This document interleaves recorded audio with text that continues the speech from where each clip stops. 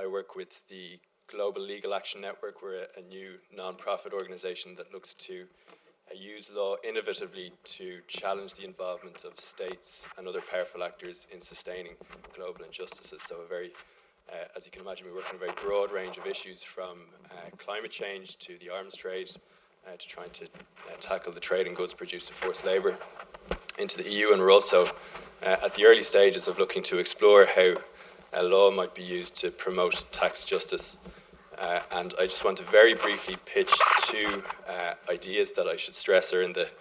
early stages of their development. And the idea is that if people here with suitable expertise or interest might be interested, I'd be very grateful if you could either contact me by email, or I'll be around for the rest of the afternoon, and it'd be great to have a chat. So the first idea somewhat picks up on a question that was asked, I think, is it by Matty from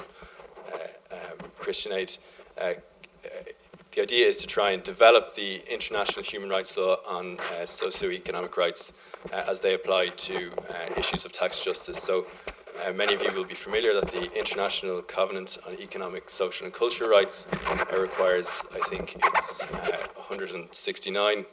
state parties to take steps through international assistance and cooperation with a view to achieving progressively the full realisation of the rights in that covenant, including, for example, the right to housing, healthcare and education, which tax injustice clearly undermine. And this obligation would extend to regulating the activities of what are called in the jargon non-state actors, so what we're referring to at this conference as enablers. Dr. Margot Solomon from the law school in the London School of Economics has written that clarity as to the scope of the obligations of international assistance and cooperation could compel states to act in order to give them effect. And I suppose the question we've started to explore is how best to go about doing this. Some of you may be familiar that recently a group of developing countries successfully came together through their membership of the UN General Assembly and requested an advisory opinion from the International Court of Justice on what the court ultimately concluded was the UK's continued unlawful presence in the Chagos Islands. And we think similarly there is a possibility at least that developing countries might come together to seek a similar advisory opinion on the obligations of OECD type countries to pursuant to their obligation to provide international assistance and cooperation under the Covenant on Economic, Social and Cultural Rights to stem the flow from the global south, so-called, to the global north of the billions of pounds that do flow in that direction as a result of regressive taxation policies. So that, I think, would be an opportunity for states that are victims of regressive taxation policies to come together to seek to shape the law on this area in a way that favours their interests without the need for the consent or input of those who stand to benefit from the status quo. The UK, for example, vociferously objected to the International Court of Justice addressing the issue of its presence in the Chagos Islands, but clearly to no avail. So again, as I said, the idea would be to bring together some experts on international human rights law and on tax justice to firstly explore the viability of this idea, and then, if it is considered to be viable, to perhaps produce a report that could then be used to encourage countries to seek this type of advisory opinion. The second idea is no less ambitious than the first idea. It's actually, I should stress, it's not one we've come up with ourselves. It was suggested to us by a barrister called Frank McGuinness from Garden Court Chambers here in London, and it involves a possible challenge at the domestic level here in the English courts to the City of London and how it functions.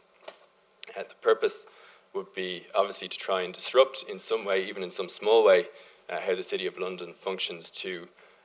promote tax injustice, but also to try and shed some legal light on the manner in which the City of London operates. So my understanding is that the legal principles which underpin the City of London are very ancient and opaque,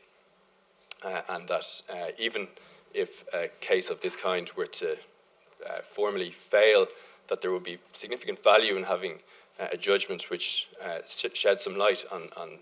what the City of London actually is and how it operates, and that could be used to promote, to assist civil society organisations who are looking to promote change in terms of how the City of London practices through more conventional political channels. So just very briefly, Frank McGuinness has suggested several possible legal angles that might be explored. For example, that the plutocratic nature of the election of the officers of the City of London, as well as the fact that it, as I understand it, operates without any significant parliamentary oversight, might be challenged as offending against the constitutional understanding of the UK as a democracy. And similarly, the role of the remembrancer, which I understand is an officer who's elected to represent the interests of the City of London in the in Parliament in the UK, might be challenged as being inconsistent with the legislation which regulates lobbying activities in the UK. So again, the idea would be to bring together some experts on UK constitutional law and those with particular expertise on the legal status of the City of London, as well as experts on how the city actually operates in practice to facilitate tax injustice, and again to explore what legal options might be viable and, if any, to decide which ones are strategically sensible to pursue. So if there are any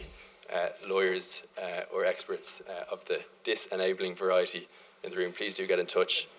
or come speak to me sometime over the course of the day. Thanks very much.